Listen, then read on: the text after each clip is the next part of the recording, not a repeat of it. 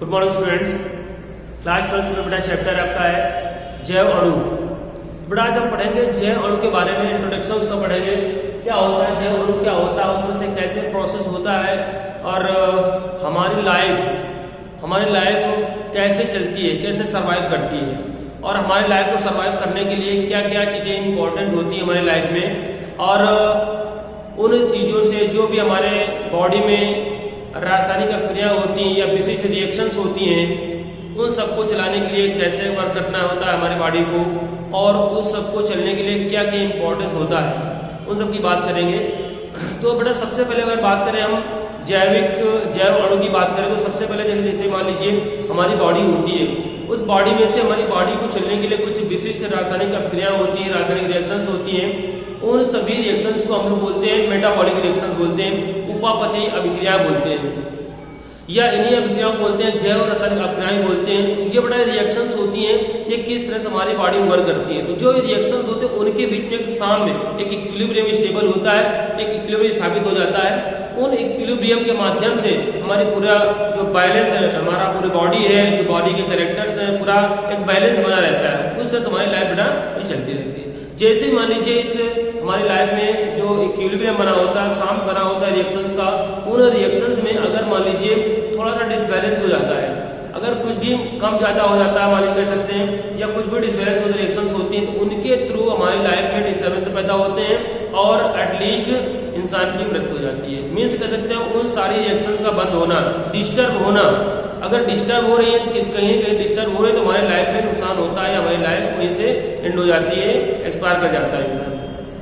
अब बेटा बात आती है हमारी बॉडी जो होती है किस तरह से वर्क करती है। जैसे मान लीजिए हम घूमना चाहते हैं, टहल रहे हैं, या हमारे बॉडी में कोई उद्दीपक वर्क कर रहा होता है, स्टिमुलस वर्क कर रहा होता है, तो किस तरह से वर्क करता है, उसको वर्क करने के लिए ये एनर्जी कहाँ से आती है, हमारी बॉडी में एनर्जी कहाँ से आती है, हमारी बॉडी एनर्जी कहाँ से लाती है, किस तरह से हमारी बॉडी में एनर्जी आती है, उस सब का एक ही प्रोसेस होता है। हमारे जो एनवायरमेंट होता है वहां से हम लोग जो फूड मटेरियल लेते हैं, खाद्य पदार्थ लेते हैं, उनमें से क्या क्या प्रोडक्ट पाए जा रहे हैं। जैसे मान लीजिए कार्बोहाइड्रेट्स होता है, हमारी बॉडी के लिए कितने इंपॉर्टेंस होता है, प्रोटीन्स होते हैं, विटामिन होते हैं और लिपिड्स होते हैं, ये सभी हमारी बॉडी के लिए कितने इंपॉर्टेंट होते हैं और अपनी बॉडी को कैसे मेंटेन रख सकते हैं।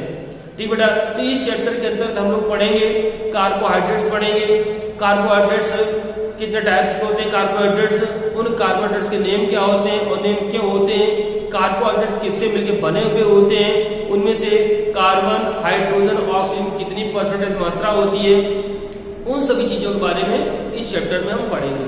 और उसके बाद इसमें से जैसे प्रोटीन्स होते हैं, प्रोटीन हमारी बॉडी में वर्क प्रोटीन का क्या होता है, क्या वर्क है प्रोटीन का हमारी बॉडी में, और कितने प्रकार के प्रोटीन हमारी बॉडी में वर्क करते हैं। एमिनो एसिड्स होते हैं, कितने टाइप्स के एमिनो एसिड्स होते हैं, how many type of amino acids, और वो हमारी बॉडी में किस तरह से वर्क करते हैं। कितने एमिनो एसिड्स होते हैं जो एसेंशियल एमिनो एसिड्स होते हैं, और कौन से नॉन एसेंशियल एमिनो एसिड्स होते हैं, किन एमिनो एसिड्स को हमारी बॉडी में बाहर से टेकअप करना पड़ता है, हमारी बॉडी फॉर्म कर लेती है। उसी तरह से बेटा जैसे मान लीजिए विटामिन होता है, तो कौन कौन से विटामिन हमारी बॉडी के लिए इंपॉर्टेंस होते हैं और कितनी मात्रा में इंपॉर्टेंस होते हैं। उन विटामिन की कमी से, जितने विटामिन की कमी होती है, उन विटामिन की कमी से हमारी बॉडी में कौन कौन सी डिजीज होती हैं, या उनकी एफिशिएंसीज होती हैं, या उनकी अधिकता से होती हैं। तो ये सब सारा मैटर पढ़ेंगे हम इस चैप्टर पढ़ेंगे बेटा। ये आपका जैव अणु चैप्टर है, बायोमॉलिक्यूल्स, उसके अंदर सारा मटेरियल पढ़ेंगे। तो बेटा सबसे पहले बात करेंगे हम कार्बोहाइड्रेट्स की। What is the carbohydrates, carbohydrates क्या होता है, उसके फॉर्म्स क्या होते हैं, कार्बोहाइड्रेट कैसे बनता है, ये सारी चीजें इसमें से हम पढ़ेंगे फर्स्ट में। क्लियर बेटा? तो बेटा देखते हैं हम डेफिनेशन की बात करें कार्बोहाइड्रेट्स में। बेटा डेफिनेशन की होती है वे सभी पॉलीहाइड्रोक्सी एल्डिहाइड और कीटोन, अथवा वे सभी कार्बनिक यौगिक जो जल अवहित होकर पॉलीहाइड्रोक्सी एल्डिहाइड या कीटोन देते हैं, तथा जिनमें कम से कम एक असममित कार्बन होता है, कार्बोहाइड्रेट्स कहलाते हैं। मीन्स ऐसा कोई भी यौगिक होगा जो जल अवहित होकर एक एल्डिहाइड या कीटोन का यौगिक देगा, और उसमें कम से कम एक असममित कार्बन होना जरूरी होता है। बेटा जैसे देखिए मान लीजिए आपका कार्बोहाइड्रेट्स में से ग्लूकोज है, glucose is the carbohydrates, fructose carbohydrates. ठीक है बेटा, ग्लूकोज का जैसे मान लीजिए फॉर्मूला होता है C6H12O6, ये बेटा ग्लूकोज है।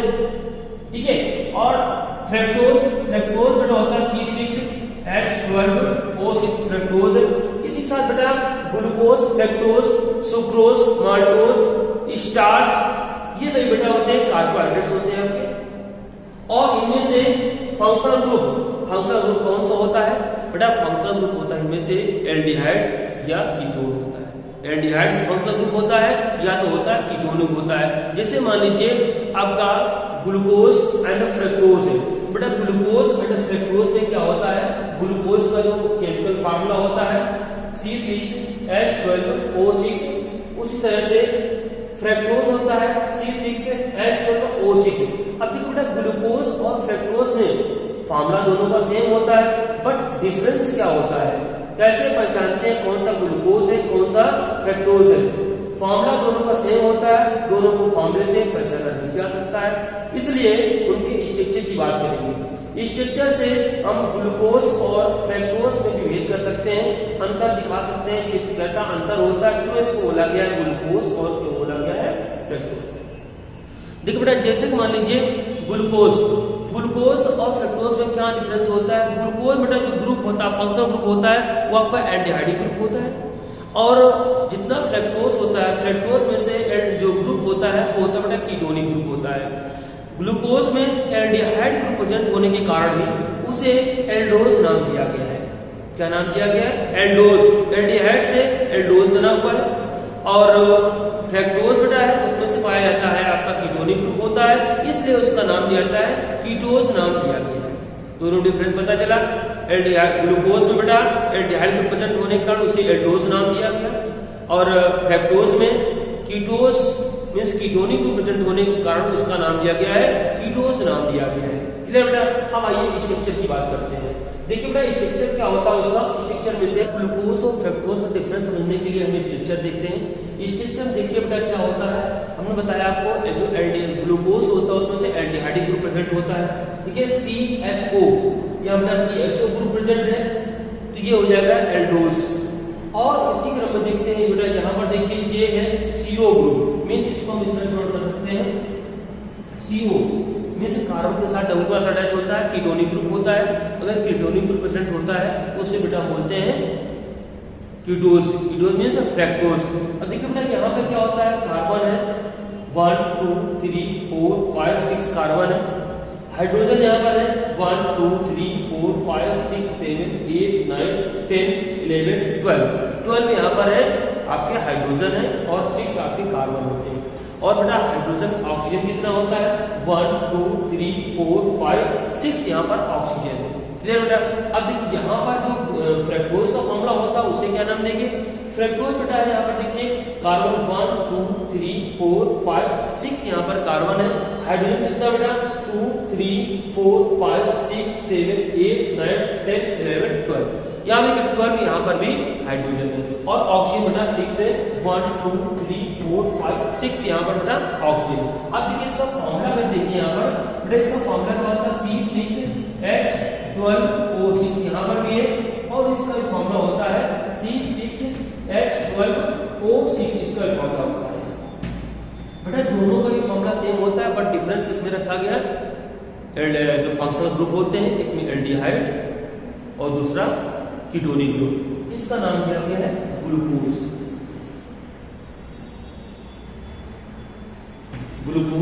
और ये बेटा होता है आपका फ्रक्टोज होता है, ग्लूकोज, और ये होता है आपका फ्रक्टोज। ग्लूकोज होता है, फ्रक्टोज होता है। क्लियर बेटा? यहाँ पर OH ग्रुप कितने होते हैं? 1 2 3 4 5 OH ग्रुप है। यहाँ पर बड़ा कितना OH ग्रुप है? 1 2 3 4 5।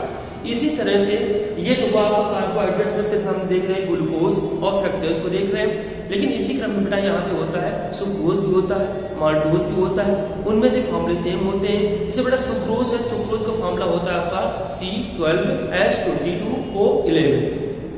बेटा इसका फॉर्मूला होता है C12 12H22O11। ये बेटा सुक्रोज मामला होता है। सुक्रोज भी एक तरह का कार्बोहाइड्रेट होता है, क्योंकि सुक्रोज को बेटा जल अवरोधित करने पर, इसको जल अवरोधित करने पर रिएक्शन कर दी जाती है, HOS से कर दी जाती है, जल अवरोधित कर दिया जाता है। तो दो मॉलिक्यूल्स ऑफ कार्बोहाइड्रेट्स प्राप्त होते हैं, दो मॉलिक्यूल्स होते हैं, जिनमें से एक बेटा होता है ग्लूकोज मॉलिक्यूल्स होता है और दूसरा होता है फ्रैक्टोज मॉलिक्यूल्स होता है। जो ग्लूकोज और फ्रैक्टोज हम देख चुके हैं बेटा। यहाँ पर क्या हो जाएगा, C6H12O6 प्लस C6H12O6, ये हो जाता है, एक होता है ग्लूकोज बेटा, दूसरा होता है यहाँ पर आपका फ्रैक्टोज होता है। क्लियर हो बच्चों? अब देखिए इसके बाद क्या बात करें हम बेटा। ग्लूकोज में अगर आप देखिए इसकी संरचना की बात करते हैं तो ग्लूकोज की संरचना दो तरह से प्रदर्शित की जा सकती है, देख सकते हैं आप। एक होती है आपकी रेखीय संरचना और दूसरी होती है आपकी चक्रीय संरचना होती है। तो रेखीय संरचना और चक्रीय संरचना में क्या डिफरेंस होता है उसको देखते हैं। देखिए यहाँ पर क्या आपका CH2 ग्रुप लगा हुआ है, CH2 ग्रुप अटैच है और CH2 ग्रुप के साथ में एक क्रम में कार्बन अटैच है और यहाँ पर OH H OH H, यहाँ पर H OH H और H नीचे दिखा दिया गया है CH2OH। अब देखिए यहाँ पर जो चक्रीय संरचना होती है, चक्रीय संरचना क्यों बोला गया, क्योंकि देखिए यहाँ पर से यहाँ देखिए आप, यहाँ पर CH2 ग्रुप अटैच था, यहाँ पर CH2 ग्रुप अटैच ना होकर के 1 2 3 4 वैलेंसी के साथ में यहाँ पर OH ग्रुप अटैच है, यहाँ पर हाइड्रोजन अटैच है और इसका जो ऑक्सीजन होता है, इसका ऑक्सीजन अटैच होता है कहां से, इस कार्बन से लेकर के इस कार्बन के बीच में होता है और एक साइकिल बनाता है। यहाँ से स्टार्ट हो रहा, यहाँ जा रहा, यहाँ रहा, एक चेन बनेगी साथ में, फिर से यहाँ से, इसलिए इसका बोला गया चक्रीय रेखीय चक्रीय संरचना बोला गया, cyclic structure of the glucose. लेकिन यहाँ पर क्या देखा गया, यहाँ पर क्या देखा गया, एक चेन पूरी बनी हुई है, उस चेन में ही CH2 ग्रुप अटैच है, CH2 ग्रुप और उस CH2 ग्रुप के साथ में OH अटैच है, H अटैच है, OH अटैच है, H है और यहाँ पर OH है। एक पूरी रेखा बनी हुई है, रेखा में इसका पूरी स्ट्रेट लाइन है या चेन बनी हुई है, इसलिए इसको बोला जाता है रेखीय संरचना। इसको बोला गया बेटा चक्रीय संरचना होती है। बेटा ये ग्लूकोज की स्ट्रक्चर था, एक थी आपकी रेखीय संरचना, दूसरी थी आपकी चक्रीय संरचना। बेटा ये टॉपिक कंप्लीट हुआ आपका, नेक्स्ट टॉपिक में मिलते हैं।